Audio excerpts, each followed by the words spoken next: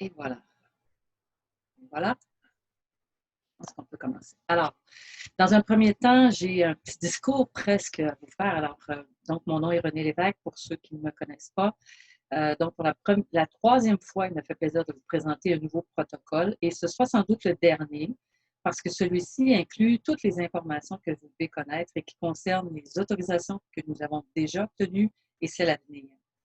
Vous pouvez constater que les documents qu'on présente aujourd'hui sont différents. Il n'y a plus de guide, seulement un protocole de biosécurité qui touche les propriétaires et gestionnaires de centres équestres, mais aussi les clubs de randonnée équestre. J'aimerais ça vous rappeler que, même si ça vous semble long, c'est qu'on fait quand même partie des premiers sports pour lesquels on a reçu des autorisations.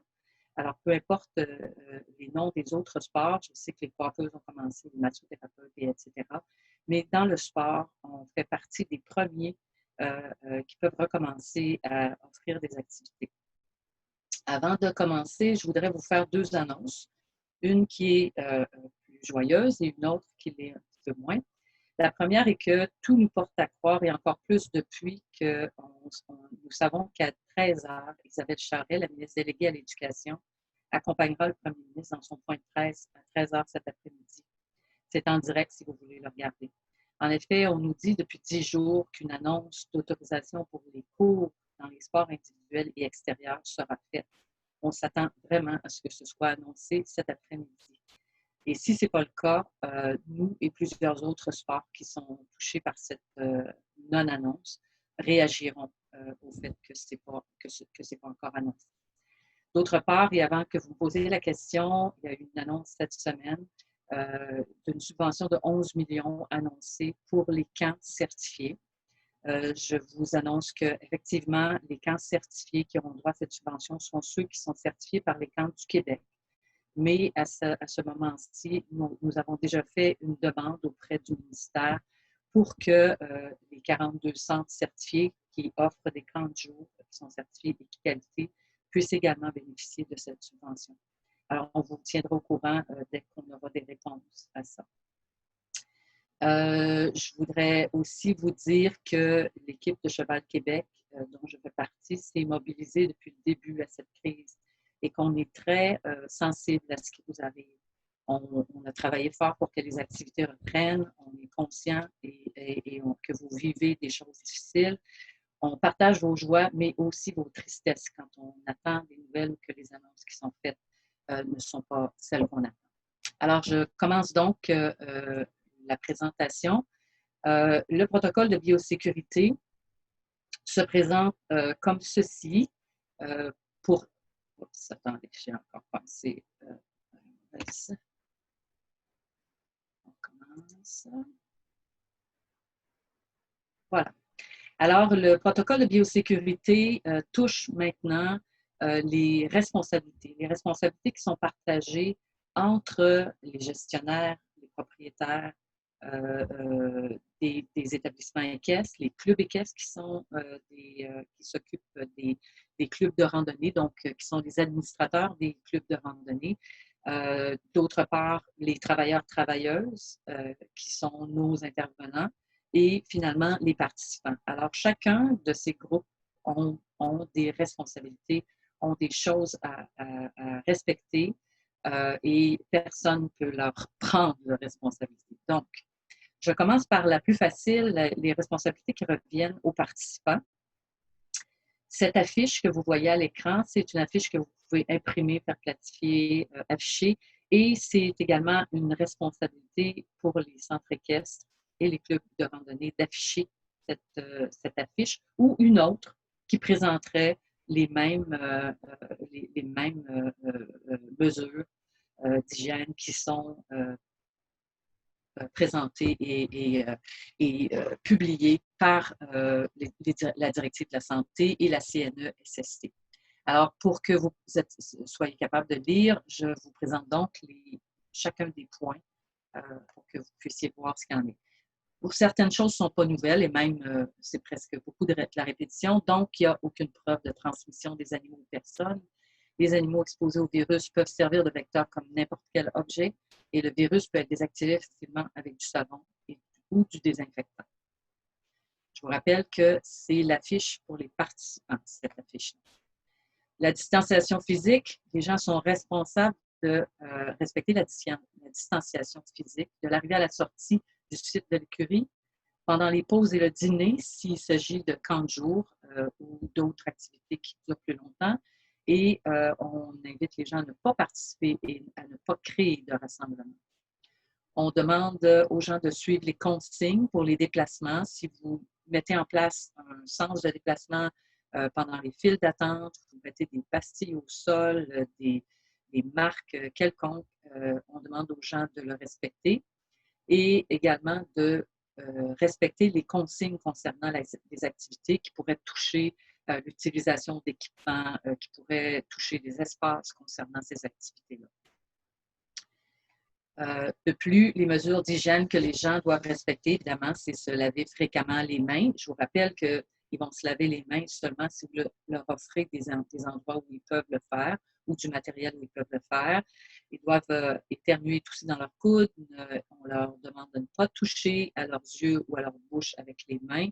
Et le port du masque est possible pour les gens, pour les participants. Cependant, ils n'ont pas besoin de le porter lorsqu'ils montent à cheval parce que ça pourrait causer certains malaises par rapport à la respiration.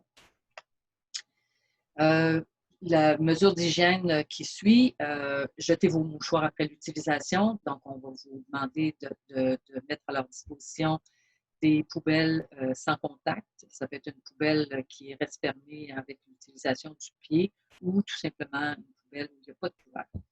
Respecter les consignes concernant l'utilisation d'équipements ou de la salle de bain. Par exemple, si vous mettiez sur la salle de bain, parce que maintenant vous pouvez officiellement les rendre accessibles, mais vous pourriez également ne pas les rendre accessibles. Et là, je m'adresse vraiment aux propriétaires de centre ou aux responsables. Mais si vous le faites et puis que vous désiriez savoir si la salle de bain a été utilisée ou pas, vous pouvez avoir un système d'affichage qui permet aux gens, quand ils entrent, de dire que c'est occupé, quand ils sortent, qu'elle a été utilisée, de façon à ce que vous puissiez savoir si vous avez besoin de la nettoyer ou pas. On demande aussi aux gens de ne pas toucher aux animaux. Bien sûr, ils peuvent toucher un peu au cheval qu'ils vont utiliser, mais les autres animaux qui sont sur le site, que ce soit des chevaux, des chats, des chiens, on demande aux participants de ne pas y toucher. Et bien sûr, si vous venez à l'écurie, on vous invite à ne pas venir à l'écurie. Si les gens sont symptomatiques, sont atteints de la COVID-19 ou s'ils ont été en contact avec une personne symptomatique ou placée en isolement en raison de la COVID-19. Les mesures que je vous présente dans cette affiche-là sont des mesures qui proviennent de la CNESST. Si vous voulez avoir plus d'informations concernant ça, c'est toujours possible d'aller sur le site Internet pour voir les différents documents qui sont disponibles. Alors, c'est ce qui termine la fiche qui concerne les participants que vous devez afficher et pour lesquels que vous devez connaître, bien sûr, puisque c'est vous qui allez offrir l'équipement ou les éléments qu'ils ont besoin pour respecter plusieurs de ces consignes. Le protocole de biosécurité qui est affiché à l'écran est celui qui concerne les propriétaires et gestionnaires d'écuries et les clubs de randonnée. Pour faciliter la présentation, je peux vous présenter les 2 pages qui concernent les propriétaires de centres. C'est ce que vous allez pouvoir recevoir et avoir accès. Et il y a une page qui concerne les travailleurs et travailleuses et une page qui concerne les autorisations obtenues et à venir. Donc, je commence par la première. Vous comprendrez, comme je vous ai dit au tout début, que chacun a des responsabilités, même si on n'a pas de guide pour les centres équestres où on indique le nombre de personnes maximum et toutes sortes d'éléments qu'on avait mis en place. Actuellement, il est de votre responsabilité de procéder à l'évaluation de votre offre, la capacité d'accueil, l'horaire, les services que vous voulez offrir en fonction de votre capacité à respecter ou faire respecter par vos employés les consignes sanitaires qui suivent. Vous devez aussi donc fournir les éléments nécessaires aux participants pour être capable de respecter également les consignes de sécurité. On vous dit, à défaut de pouvoir éliminer les risques de contamination, il faut viser à les diminuer et à les contrôler.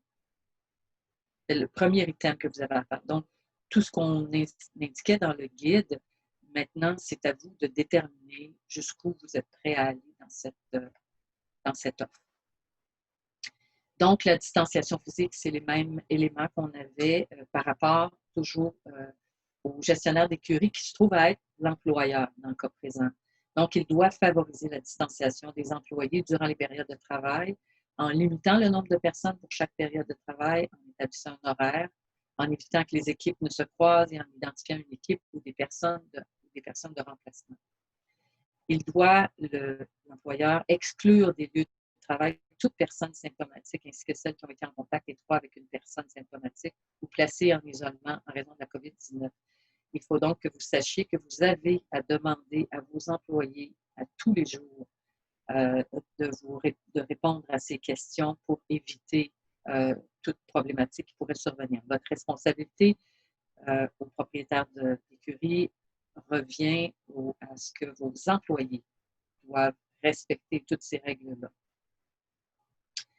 La distanciation physique, on vous demande d'informer les parents, tuteurs, fournisseurs, sous-traitants et partenaires des mesures de prévention que vous avez mises en œuvre dans votre écurie pour contrôler les risques associés à la COVID-19. On vous demande de les sensibiliser à l'importance de les respecter pour que vous n'ayez pas à contrôler le va-et-vient de ces personnes-là. Les zones d'activité peuvent être spécifiquement réservées aux différents groupes de manière à empêcher les contacts entre les participants de ces groupes et ce, autant à l'intérieur qu'à l'extérieur. Vous allez voir un peu plus loin que l'intérieur n'est pas quelque chose qu'on vise, mais on sait très bien qu'avec des journées de mauvaise température, par exemple pour un camp, vous auriez à faire des activités à l'intérieur. Une attention particulière doit être portée aux espaces agissant comme des goulots d'étranglement, par exemple l'entrée des toilettes, la sortie vers l'extérieur, les escaliers, les espaces repas. Pour éviter que des files de personnes rapprochées ne s'y créent, vous devez, par exemple, fonctionner avec des numéros, par exemple, où les gens n'auront pas à faire une ligne, mais à prendre un numéro, puis c'est un après l'autre qui iront. Vous pouvez, comme dans les épiceries, marquer un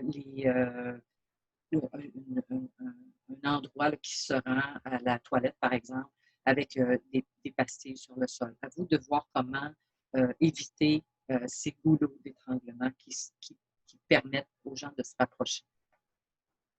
Affichage et information. On vous a déjà informé qu'il était important pour vous de prendre une entente avec vos clients et c'est toujours le cas. Alors, c'est le cas, donc vous devez les informer de vos politiques d'inscription, de paiement, d'annulation, de reconnaissance de risque et tout ça doit se faire électroniquement. Alors, si les gens vous répondent qu'ils acceptent de participer à telle activité ou telle offre de service que vous faites, dans cette offre de service-là, il doit y avoir leur engagement à respecter vos règles et les règles générales de la santé publique. C'est vraiment, vraiment très important pour votre responsabilité que vous ayez ce genre de preuve en main s'il se passait quelque chose qui est non prévisible ou un accident ou autre chose. Donc, privilégier les échanges par voie électronique, les paiements par voie électronique, les remboursements par voie électronique, les confirmations par voie électronique, les horaires, etc. Et comme je vous disais tout à l'heure, vous devez afficher les mesures d'hygiène et de distanciation physique et vous pourriez également afficher toutes les règles que vous jugez importantes à afficher. Nettoyage et désinfection, comme je vous disais tout à l'heure, c'est à vous de faciliter l'accès aux produits de désinfection dans les endroits névralgiques du site lorsque possible. Assurer le bon fonctionnement et l'entretien des systèmes de ventilation. On sait que la ventilation est un point clé pour la diminution de la transmission. Donc, dans l'écurie, il faut vous assurer que les portes sont ouvertes et que la ventilation fonctionne bien. Établir un horaire pour le nettoyage et la désinfection. Prévoir des bacs ou un espace pour le matériel à désinfecter et un autre pour celui qui est propre. Prévoir des poubelles sans contact, comme je vous disais. Créer un système de communication pour savoir si la salle de bain est utilisée, c'est une suggestion. Pour la salle de bain, lorsqu'elle est accessible, comme je vous disais, vous pourriez avoir le choix dans votre écurie de ne pas la rendre accessible. Le nettoyage devrait idéalement être fait aux 2 à 4 heures. Ceci peut être diminué, c'est-à-dire plus vers le 2 heures que le 4 heures, lorsque les participants sont invités à se laver les mains avant d'accéder à la salle de bain et avant de sortir de la salle de bain. Alors, de cette façon, ça limite la contamination possible et donc vous n'avez pas besoin de le faire aux 2 heures. On vous demande aussi, comme on vous le demandait dans le dernier protocole, d'intercaler l'utilisation de chevaux d'école par une période afin de nettoyer l'équipement et le cheval avec des produits adaptés ne produisant pas d'effets non désirables sur le cheval. L'utilisation d'un même cheval d'école dans la même journée doit être faite avec beaucoup de précautions. C'est le même paragraphe que vous aviez dans le dernier protocole. En fait, ce qu'on sait par les vétérinaires, c'est qu'il n'est pas nécessaire de laver le cheval entre chaque utilisation, de laver le cheval au complet entre chaque utilisation, mais il serait nécessaire d'utiliser soit une lingette désinfectante ou un produit hydroalcoolisé pour être capable de faire ce nettoyage du cheval avant l'utilisation d'un autre cavalier. Puis cette utilisation-là pourrait être différente selon le cavalier qui précède l'utilisation. Par exemple, il pourrait y avoir des cavaliers qui sont plus sujets à toucher beaucoup à leur visage, à leurs yeux, à leur nez, et au cheval, à la crinière, à l'encolure, et même aux fesses du cheval quand il se tourne. Alors, il faut les observer un petit peu pour savoir jusqu'où on doit faire ce nettoyage. Les premiers soins, vous devez mettre à disposition les équipements de protection individuelle, y compris masques de procédure et protections oculaires nécessaires et en nombre suffisant. Bien sûr, ce sont les protections que vos employés vont utiliser et non pas les protections que vos participants vont employer. Avoir une trousse d'urgence dans laquelle des gants, des masques de procédure, des protections oculaires, sacs refermables et une solution hydroalcoolique à au moins 60 % ont été ajoutés au restant de ce qu'il y a normalement dans votre trousse de premiers soins. Vous devez également prévoir un endroit afin d'isoler un participant qui présente des symptômes. Il devra être accompagné par un seul membre de votre personnel et devront porter chacun un masque de procédure jusqu'à ce que le participant quitte les lieux. Le membre du personnel devra alors désinfecter la pièce ou si c'est à l'extérieur, par exemple, il n'y aura pas de désinfection nécessaire, mais s'il s'agit d'une pièce, il devra désinfecter, enlever ses protections en respectant la façon de faire de la CNESST et se laver les mains avant de retourner à ses autres fonctions. On suggère également au personnel, peut-être pas à l'ensemble du personnel, mais à certains d'entre eux, de suivre une formation qui traite des mesures à prendre en lien avec la COVID-19. Par exemple, Sirius Medix offre cette formation en ligne et gratuitement. La programmation, quand vous allez mettre en place votre programmation, on vous demande, et vous allez voir, il y a certains points qui touchent particulièrement les camps de jour. Alors, privilégier les activités extérieures, organiser les groupes de participants et les équipes de travail pour limiter au maximum les échanges et les contacts, comme on l'a déjà dit. Garder le même intervenant par groupe de participants par période de service. Limiter les rotations de plateau et idéalement prévoir le nettoyage des infections entre chaque groupe. Et on sait bien dans le monde des chevaux qu'on a cette pratique-là d'avoir des rotations de plateau, c'est-à-dire que ce n'est pas les moniteurs qui changent d'endroit, c'est bien le groupe qui change d'endroit parce qu'ils vont passer de la carrière extérieure pour monter à cheval à l'écurie pour la période théorique et à un autre endroit pour des activités de jeu, par exemple. Il faut prévoir un ou des locaux fixes en cas d'intempérie ou une politique d'annulation si vous ne pouvez pas ou ne désirez pas recevoir des gens à l'intérieur parce que vous n'avez pas d'endroit. Vous devez sélectionner des activités idéalement sans matériel ni contact direct. Le ratio maximum d'encadrement. Alors, le ratio que je vous présente actuellement pour les camps de jour est celui de la CNESST. Évidemment, ce sont des nombres maximums.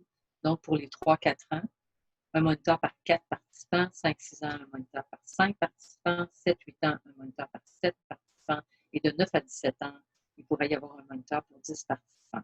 Je vous laisse le soin d'ajuster ces ratios parce que j'imagine que dans les camps équestres, il y a peu de camps qui sont capables de respecter les âges. C'est-à-dire que les groupes par âge sont plus diversifiés que ce qu'on voit à l'écran. Alors, à vous de voir jusqu'où vous pouvez aller.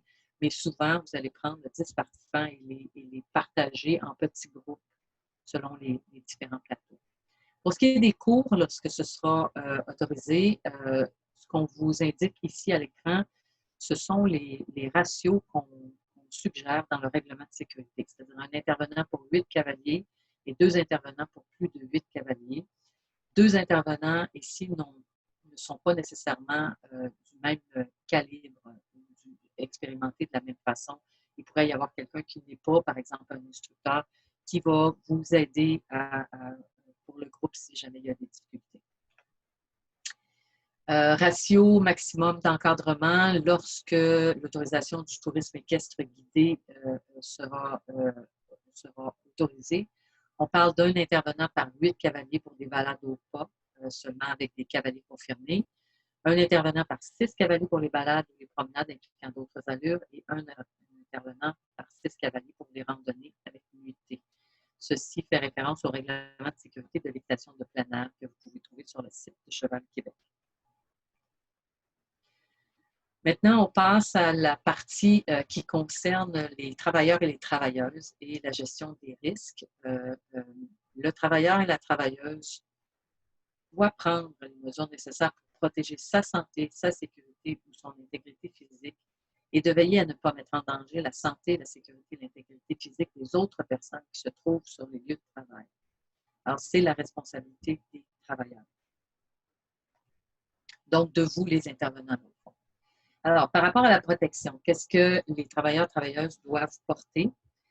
On dit bien dans la CNESST que si la distanciation physique de 2 mètres est respectée, il n'est pas recommandé pour un intervenant de porter un équipement de protection individuelle pour se protéger de la COVID-19. On parle de masque et de protection oculaire.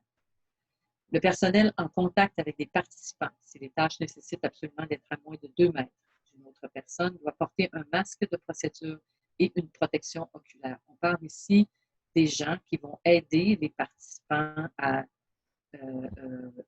vérifier que la sangle est bien serrée, que les étriers sont de la bonne longueur, de mettre les pieds à l'étrier, de leur montrer où mettre leurs mains sur les rênes, etc. Alors, cette personne-là, qui n'est pas nécessairement l'intervenant, qui même, il pourrait y avoir un avantage à ce que ce soit une personne autre que l'instructeur, cette personne-là doit porter un masque de procédure et une protection oculaire. De plus, si le personnel qui est en contact avec un ou des participants et qui porte les protections nécessaires doit se laver les mains ou les désinfecter avant de s'approcher d'une autre personne. Ce qu'on vous suggère, c'est le port d'une pochette à la ceinture contenant un produit de désinfection, des lingettes désinfectantes, afin d'accélérer le processus. C'est-à-dire que cette personne-là qui aide les participants débutants pourrait, d'une personne à l'autre, se nettoyer les mains sans avoir à se déplacer vers un endroit où se laver les mains. Il aura sur lui ce qu'il lui faut pour pouvoir le faire assez rapidement. Encadrement des participants, évidemment, encore une fois, si les travailleurs et travailleuses avaient à décider d'activités avec un groupe de personnes dont ils ont la surveillance, ils doivent privilégier les activités extérieures. Des zones d'activité peuvent être spécifiquement réservées aux différents groupes de manière à empêcher les contacts entre les participants de ces groupes et ça autant à l'intérieur qu'à l'extérieur. Alors, ce sera à ce travailleur-travailleuse-là de vérifier que les zones sont respectées en plus de s'occuper du groupe. Une attention particulière doit être portée aux espaces agissant comme goulot d'étranglement. On fait juste le répéter. Au fond, les gens doivent savoir qu'on veut éviter ces files d'attente et limiter les goulots d'étranglement. Donc, peut-être entre chaque groupe pour le dîner, prévoir des horaires décalés, par exemple, pour éviter que les gens se rapprochent les uns des autres. Nettoyage de l'équipement, le travailleur et la travailleuse, s'il a l'équipement disponible, c'est lui qui va devoir le faire. Donc, ils doivent limiter le partage des accessoires, du matériel de jeu et des appareils professionnels. Nettoyer et désinfecter régulièrement l'équipement collectif et dès que plus d'une personne s'en sert. Nettoyer les outils et les équipements utilisés pour les travailleurs après chaque quart de travail ou lorsqu'ils doivent être partagés. Par exemple, le balai, la brouette, etc. Nettoyer et désinfecter immédiatement les souillures visibles sur les surfaces et les objets. Il faut prévoir le nettoyage fréquent et la désinfection des surfaces, surtout celles qui sont touchées souvent. Et avant de désinfecter une surface qui pourrait être remplie de matière organique, en fait de fumier, bien clairement, cette surface-là doit être brossée avant d'être désinfectée. On demande aux gens de ne pas partager leur équipement de nettoyage avec les clients ou les fournisseurs et évidemment, encore une fois, intercaler l'utilisation des chevaux d'école par la période afin de les nettoyer, l'équipement et le cheval avec les produits adaptés dont on vous a parlé tout à l'heure. Ça pourrait, je sais que c'est la deuxième fois que je vous dis qu'il y aura d'autres éléments qui pourront être ajoutés pour le nettoyage et la désinfection. Ça viendra incessamment. Toujours dans le nettoyage de l'équipement, les mêmes produits dont on parle, les solutions alcoolisées à plus de 60%, les solutions à base d'eau de javel et des produits nettoyants comme le peroxyde d'hydrogène en vente libre.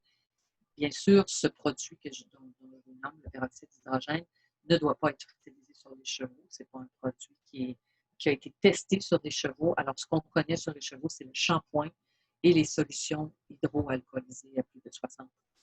On vous demande de lire les recommandations et c'est ce qui est difficile à obtenir, c'est qu'il n'y a pas de recommandations concernant les produits désinfectants ou de nettoyage pour les chevaux.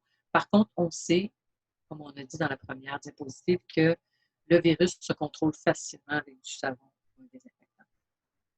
Alors, ça termine la présentation pour les travailleurs-travailleuses et leurs responsabilités. Vous avez vu qu'on a changé un peu de ton et que si vous voulez avoir des informations supplémentaires, vous pouvez passer à travers les différents documents qui sont offerts par la CNESST qui peuvent vous donner des informations. Donc, comme je vous disais au tout début, ce protocole-là est maintenant, à partir du moment, on espère, de la date qui sera annoncée cet après-midi, sera le nouveau protocole qu'on utilise dans les écuries. L'utilisation du guide que vous connaissiez précédemment devient caduque, donc.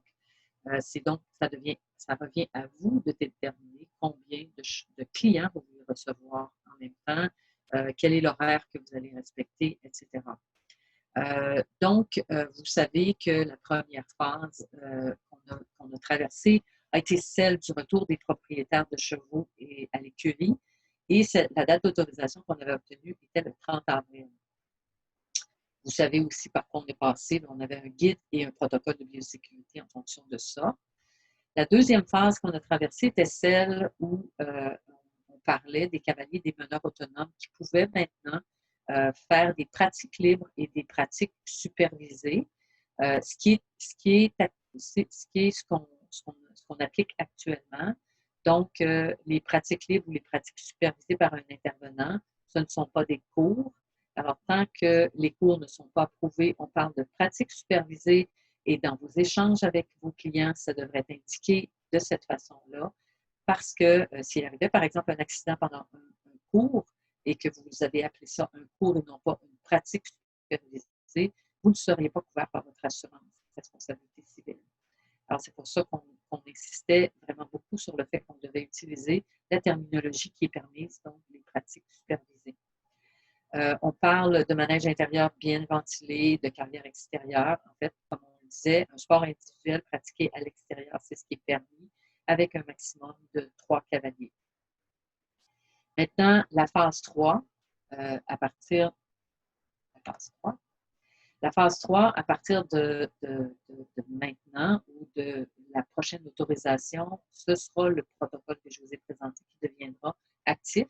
Alors, ce qu'on sait, c'est que ce protocole-là couvrira également les pratiques libres, les pratiques supervisées par un intervenant, les randonnées équestres en sentier et en club, le transport des chevaux ayant été accepté le 29 mai à des fins récréatives et le camping équestre depuis le 1er juin, il y a des activités de randonnée récréative qui peuvent être faites dans les clubs de randonnée en se rendant non plus maintenant directement de l'écurie, mais par un transport quelconque pour se rendre dans le club.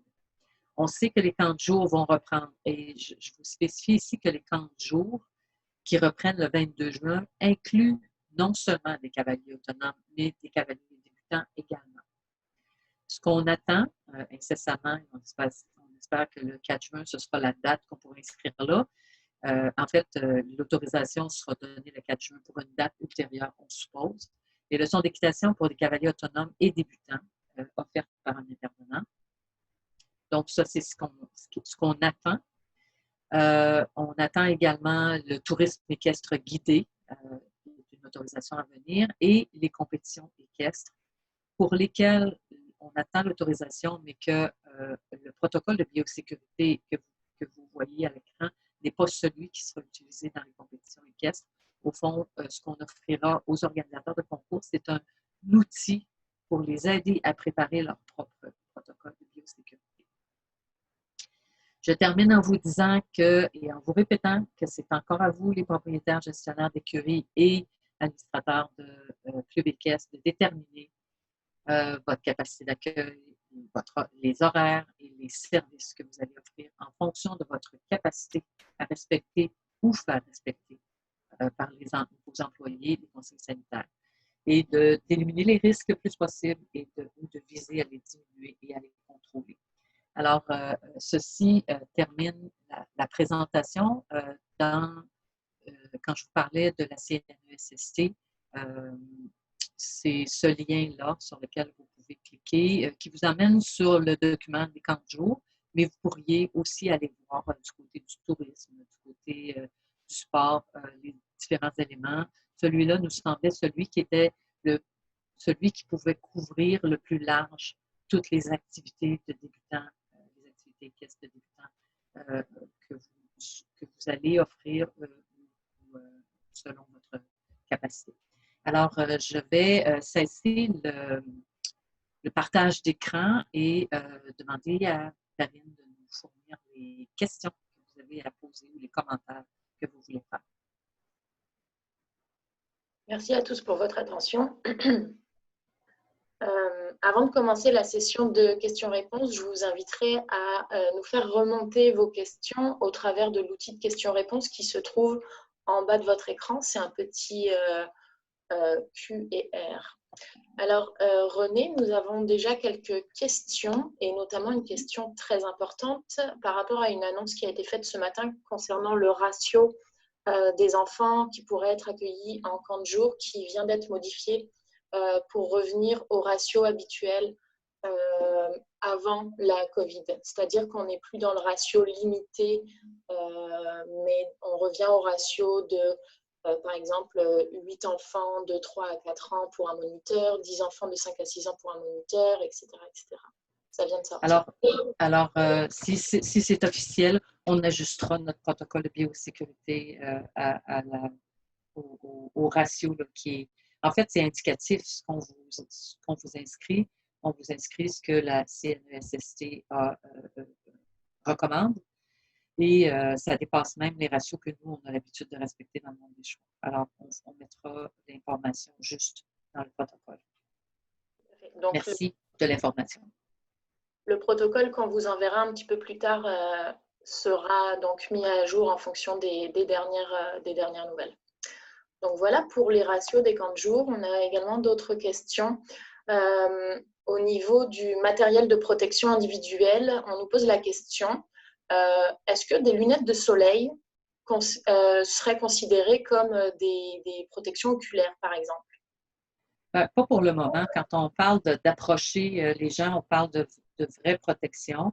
Ce qu'on ne sait pas encore, c'est si les visières pourraient être suffisantes, les visières qui couvrent les yeux, la bouche et le cou des gens et qui peut se fixer sur les casquettes, pourrait être quelque chose aussi à envisager à la place.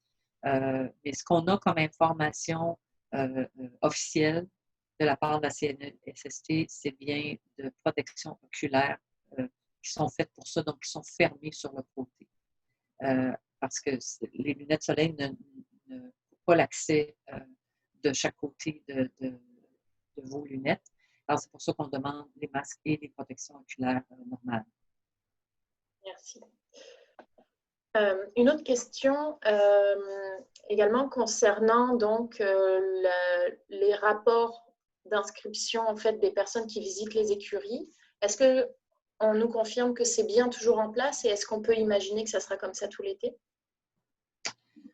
Je pense que ce serait une bonne pratique à conserver puisqu'on n'est pas à l'abri d'un deuxième pic. Hein. Je veux dire, tout ce dont on parle là pourrait s'arrêter si on avait des raisons, pas nous, mais si le gouvernement avait des raisons nécessaires de cesser les activités.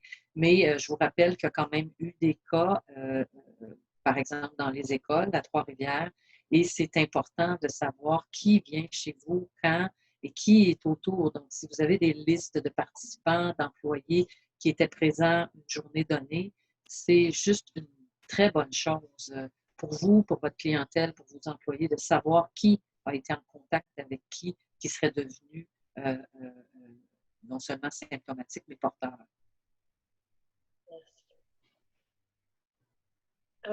On nous pose la question également donc, concernant les anciennes recommandations puis les nouvelles recommandations.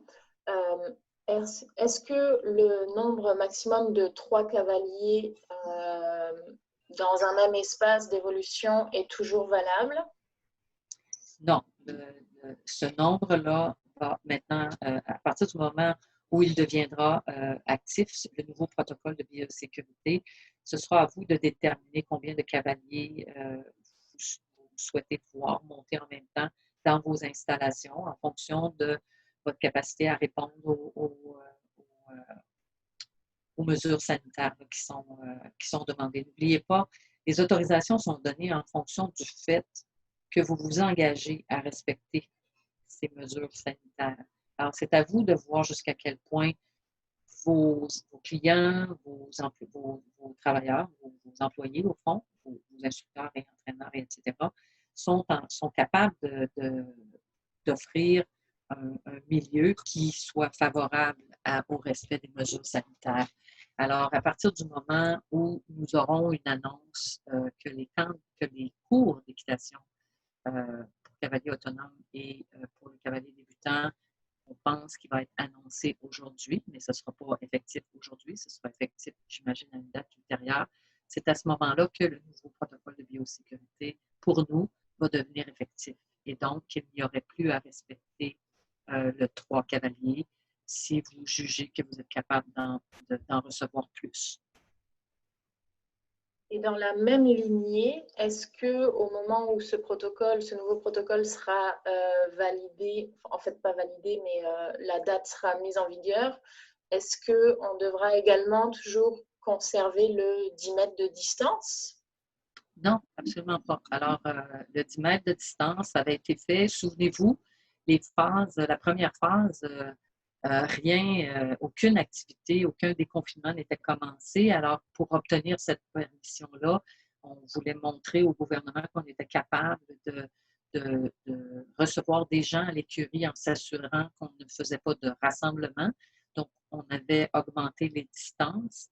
C'est la raison pour laquelle on avait mis ça en place. Par la suite, on a encore réussi à obtenir certaines permissions, certaines autorisations et on a conservé ces mesures-là. Mais à ce stade-ci, on ne croit pas que c'est encore nécessaire de calculer son nombre de clients en fonction de cette façon de faire, mais plutôt par votre expérience que vous venez de vivre depuis les dernières semaines et votre capacité à pouvoir recevoir davantage de monde dans votre écurie, dans vos installations. N'oubliez pas, je le répète encore, je ne sais pas jusqu'à quel point je ne veux pas non plus vous faire peur, ce n'est pas ça l'objectif, mais plus ça va, plus on envoie la responsabilité de répondre aux mesures d'hygiène de plus en plus bas dans la hiérarchie, par exemple. Alors, le gouvernement nous demande à la santé publique de faire de mettre en place, de déterminer des mesures sanitaires. De notre côté, on ne peut pas nous prendre la responsabilité que vous allez respecter ces mesures sanitaires. Alors, comme ces mesures sanitaires-là doivent être respectées dans vos établissements, puisque vous avez l'autorisation, si vous êtes capable de respecter ces mesures sanitaires-là, la responsabilité vous revient. revient également à vos employés et aux participants. Alors, il faut être capable quand même de se sentir à l'aise, d'offrir les services dans cette situation de respect de mesures sanitaires. Alors, de votre côté, vous avez à faire cette évaluation-là pour déterminer combien de personnes vous allez recevoir à la fois, comment vous êtes à l'aise que les gens circulent à votre écurie, parce que maintenant, actuellement, là, ce dont on parle, c'est 2 mètres de distanciation. C'est ce qu'on applique actuellement. On nous pose la question également si nous avons des conseils à donner pour où trouver du matériel pour se protéger, donc des blouses, des masques, des protections oculaires. Est-ce qu'il y a des endroits spécifiques ou des recommandations particulières pour se procurer ce type de protection? Il y en a de plus en plus. J'ai fait l'exercice moi-même. Là, on tape masque sur Internet ou visière. J'ai vu, il y a différentes entreprises qui en fabriquent maintenant, alors ils font leurs propres annonces. Puis, de notre côté, on pourrait vous fournir aussi une liste de fournisseurs qui pourraient être fournis là, dans l'envoi qu'on vous ferait, des liens vers des sites Internet qui vous parlent de fournisseurs qui vendent ce genre de choses. Comme je vous disais aussi, il y a les fameuses visières là, qui semblent être intéressantes avec l'été qui s'en vient. L'utilisation de protection oculaire et de masques devient lourde, bien que dans ce protocole-là, on ne vous invite pas à les porter en tout temps. Au fond, ce qu'on vous demande, ce qu'on vous suggère, c'est que certaines personnes les portent lorsque vous avez à faire lorsque vous avez à approcher des clients qui sont généralement vos clients débutants, donc vos clients de 40 jours, vos clients de cours d'équitation pour débutants. Alors, il y a une petite période pendant le début de la leçon où il devrait y avoir quelqu'un qui porte ce matériel-là, idéalement quelqu'un d'autre que l'instructeur, puisqu'il va devoir l'enlever quand il va commencer à donner ses cours ou qui pourrait être porté à y toucher pendant la leçon, alors c'est parce qu'il va faire chaud. Alors, on vous invite à trouver quelqu'un d'autre pour faire cette partie du travail et que l'instructeur puisse avoir, lui, à portée de main quand même sa trousse dans laquelle il pourra prendre ce matériel-là s'il en a besoin, s'il arrive une chute ou s'il arrive quelque chose qui fait en sorte qu'il doit approcher un participant rapidement. Alors, il pourra soit appeler l'autre personne ou soit prendre tout de suite son matériel là, qui sera à portée de main pour lui. Est-ce que ces intervenants devraient porter une blouse selon les recommandations de la CNESST? Nous, on ne le juge pas nécessaire que ces intervenants-là portent une blouse puisque ils vont être protégés. C'est le visage, c'est les mains qui sont davantage ciblées dans tous ces protocoles-là. On vous dit, c'est l'hygiène qui est le nerf de la guerre. Alors, si les gens sont protégés, les gens sont quand même assis sur un cheval, sont plus loin, ils vont toucher les pieds, les jambes des étriers, ils vont se laver les mains entre chacun. Nous, on ne voit pas l'obligation de porter une blouse constamment chaque fois que les gens vont s'approcher. Mais ils peuvent le faire si vous choisissez de le faire.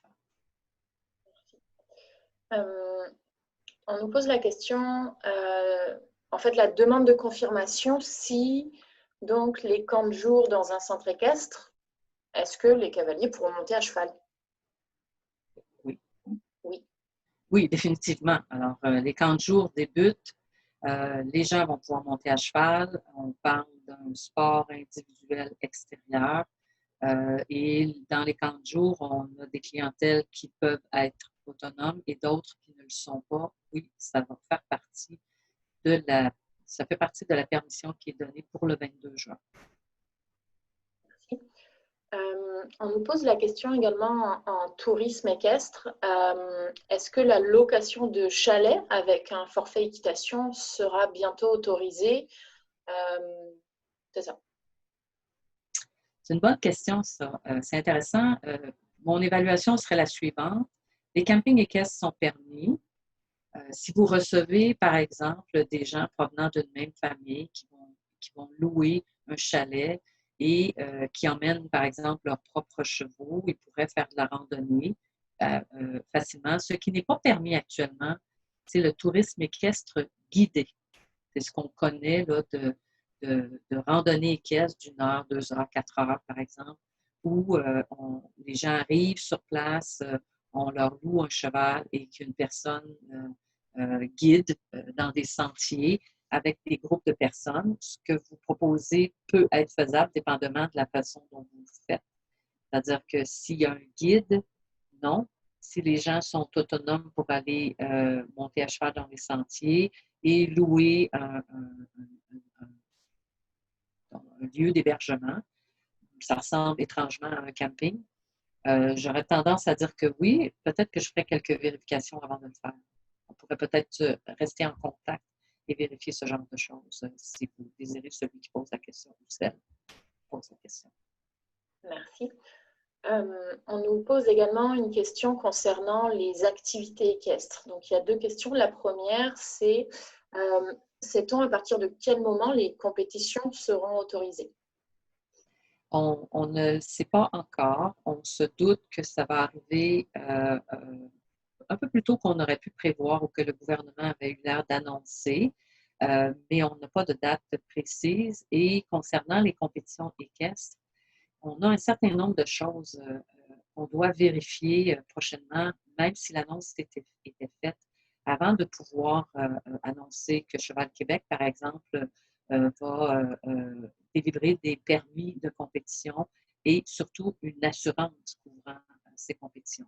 Alors, on n'a pas tout à fait toutes les informations concernant ce dossier-là qui nous permettraient de dire que même si, par exemple, demain matin, on annonçait que les compétitions sont permises, comment nous, Cheval Québec, on gérerait cette situation-là. Il nous reste plusieurs questions à voir, à discuter, à prévoir, de façon à ce que personne ne soit dans une situation d'être non assuré, d'être responsable de choses et de pouvoir être, par exemple, poursuivi s'il y avait des problèmes. On a à vérifier tout cet aspect responsabilité légale, assurance, avant de pouvoir dire que Cheval Québec, quand l'autorisation sera permise, qu'elle acceptera d'émettre des permis de compétition. Merci. Donc, la deuxième question dans la famille des activités équestres concerne en fait des activités qui impliqueraient des rassemblements. Je prends l'exemple d'un club équestre qui a l'habitude en temps normal de faire des randonnées pour ses membres ou ce genre de choses. Est-ce qu'on a des informations à ce sujet-là? Est-ce qu'ils peuvent prévoir un calendrier possible pour cet été? J'ai du mal à répondre à cette question-là parce que pour le moment, on n'a pas d'indication d'autres rassemblements possibles que ceux plus familiales ou amicales qui se passent dans la cour des gens, là, ce que la ministre appelait des barbecues en famille ou entre amis, où on parle de 10 personnes au maximum provenant de 3 résidences différentes. À ma connaissance, il n'y a rien d'autre qui a été énuméré en termes de nombre, mais on s'attend quand même à ce que ça vienne relativement rapidement, la possibilité qu'il puisse y avoir un genre de rassemblement où les gens auraient quand même à respecter les 2 mètres de distanciation. Mais à ce stade-ci, je ne suis pas capable de répondre d'une façon plus précise que ça. Merci. Concernant l'organisation des cours d'équitation ou des camps de jour à venir, quand on a des chevaux d'école, par exemple, est-ce qu'on aurait des conseils à donner pour la gestion des chevaux? Donc, je vais lire la question en elle-même. Comment suggérez-vous que l'on fonctionne pour la préparation des chevaux si nous avons plus d'un élève dans la même leçon de niveau débutant? Est-ce qu'on prépare nous-mêmes les chevaux et on les amène dehors? Ou est-ce qu'on aide les enfants pour préparer et puis ça prend un intervenant par cavalier dans ce cas-ci? Ce qui me viendrait spontanément à l'esprit, puisque j'avais en tête en écrivant le protocole qu'on a vu, c'est qu'il me semblait plus facile de gérer la préparation des chevaux par des gens de l'écurie pour limiter justement excusez-moi du terme, le taponnage de différentes personnes sur un même cheval, ce qui vous obligerait, si vous faisiez ça, de nettoyer davantage l'ensemble du cheval. Alors que si c'est toujours la même personne qui le prépare, donc qui brosse le cheval, qui touche au cheval et qui nettoie les pieds, on a seulement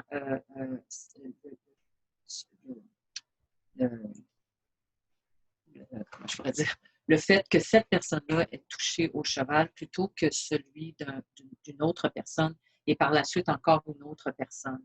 Alors, ça me semblerait plus facile à gérer, je crois, que ce soit une personne de l'écurie qui prépare le cheval et qui l'emmène jusqu'à l'endroit où les gens vont monter à cheval et cette même personne-là pourrait être équipée et aider le débutant à monter sur le cheval, mais de limiter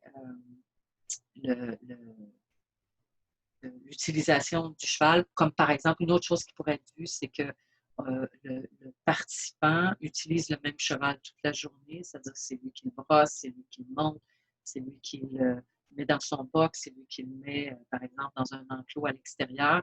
Alors ça peut être possible, mais lorsqu'on pense à ce qu'on connaît de cours d'équitation avec des débutants où un débutant suit l'autre débutant, j'aurais plutôt tendance à croire que ça serait plus facile à gérer si c'était quelqu'un d'écurie qui préparait les chevaux, donc qui pourra passer une lingette désinfectante sur la selle, sur le cheval, pour le passer au cavalier qui va l'utiliser, lequel aura lavé ses mains avant de monter à cheval. Ça me semble être plus facile à gérer. Et la personne qui prépare le cheval, si elle se lave les mains avant de toucher au cheval, on limite beaucoup la transmission possible. C'est à vous de voir dans votre contexte comment ce serait le plus facile et le plus valide de faire les choses. Merci. On nous pose la question également à savoir si on aurait des indications spécifiques pour l'équitation thérapeutique.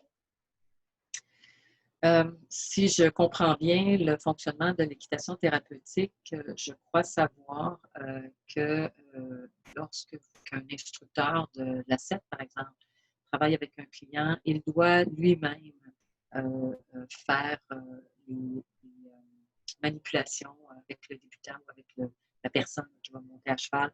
Donc, ça ne peut pas être confié à une tierce personne. Bien sûr, tout le monde ne fonctionne pas nécessairement comme la CET le suggère.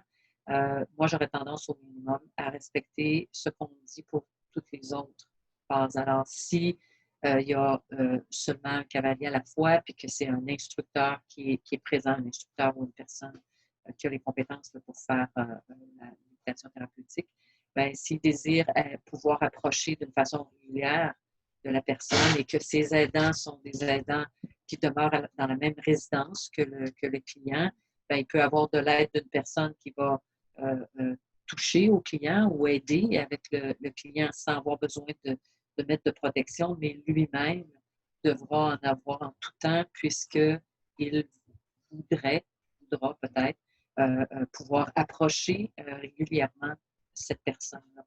Alors, si c'est le cas, il va devoir porter pendant toute la durée de la séance des protections. Merci.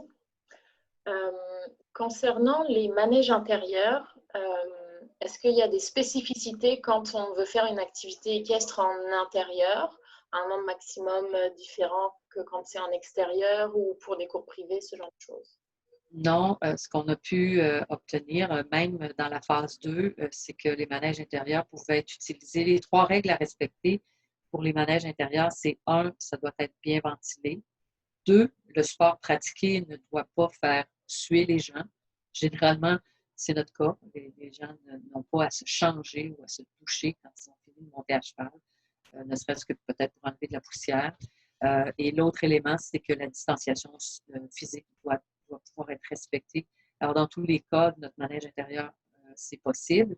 À vous de voir si le avant et le après ne va pas faire en sorte que votre nombre de participants maximum qui pourraient monter en même temps dans votre manège intérieur ne sera pas diminué à cause du avant et du après, où la circulation des gens et des chevaux vont devenir plus grande. C'est plus il y aura de monde qui montera dans le manège intérieur. Parfait. Nous avons fait le tour des questions pour l'instant. J'invite les participants, si vous aviez d'autres questions pour vous organiser ou besoin de plus de détails. Il me vient à l'esprit juste un petit point là, suite à la dernière question.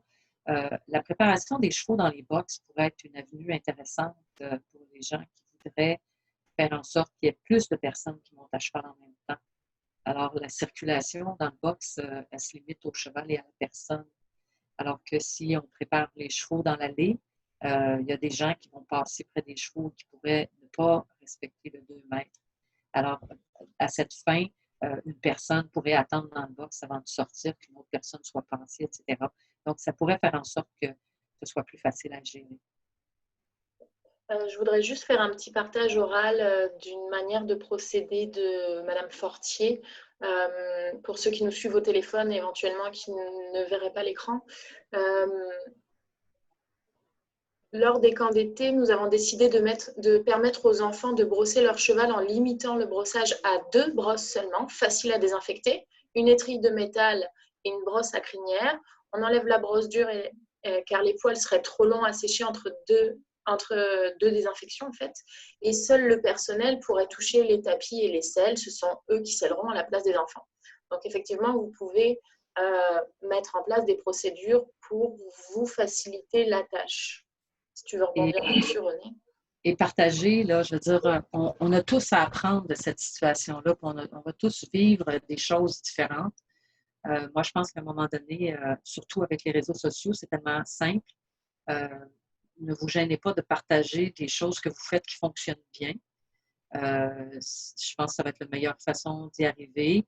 Il y a peut-être d'autres nouvelles qu'on apprendra par la suite. On aura peut-être un jour un petit peu plus de renseignements sur le fait que comment les animaux peuvent agir comme vecteurs de cette maladie-là, comment les enfants peuvent agir comme vecteurs. On a entendu des médecins parler du fait que les enfants n'étaient pas des bons vecteurs. Alors, c'est une bonne chose, en fait, s'ils ne sont pas des bons vecteurs. Mais on n'a pas encore suffisamment d'informations pour dire que oui, on pourrait approcher des enfants parce qu'eux ne sont pas à risque. Mais ce n'est pas le cas. Mais plus ça va avancer, plus on va avoir d'informations, on va pouvoir la partager avec vous. Vous allez pouvoir la lire aussi comme nous on fait. Et on va s'ajuster, puis espérons qu'on sera capable de respecter ces choses-là jusqu'à ce qu'on nous annonce que les risques sont vraiment tellement diminués qu'on peut revenir à des conditions préalables à la crise du COVID-19. Voilà, nous avons fait le tour des questions. Si vous n'avez pas d'autres questions, on pourra terminer ce webinaire sur cette dernière intervention. Je rappelle à tout le monde que nous allons vous faire parvenir d'une part l'enregistrement de ce webinaire, y compris pour les personnes qui seraient arrivées un peu plus tard pour avoir le début de la présentation, mais qui sera utile également pour les personnes qui n'étaient pas disponibles à 11 heures, qui pourront ainsi voir les différents échanges et la présentation. Et comme d'habitude, vous aurez également d'autres documents qui seront rattachés pour vous aider à vous préparer.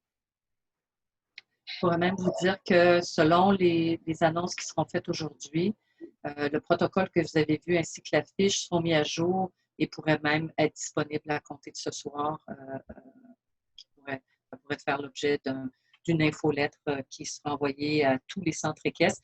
À propos, je voulais vous dire, on avait aux dernières nouvelles 684 centres équestres inscrits sur notre liste.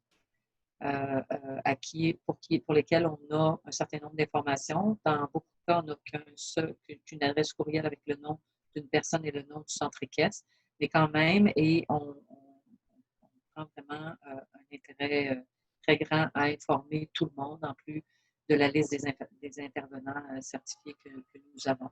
Alors, tout ce beau monde recevra toute cette information-là au fur et à mesure qu'on l'aura, mais ces documents-là, vous pouvez déjà commencer à penser à mettre en place des protocoles, des façons de faire chez vous. D'abord, dans un premier temps, pour le 22 juin, les camps de jour, parce que ça, c'est sûr que ça commence le 22 juin.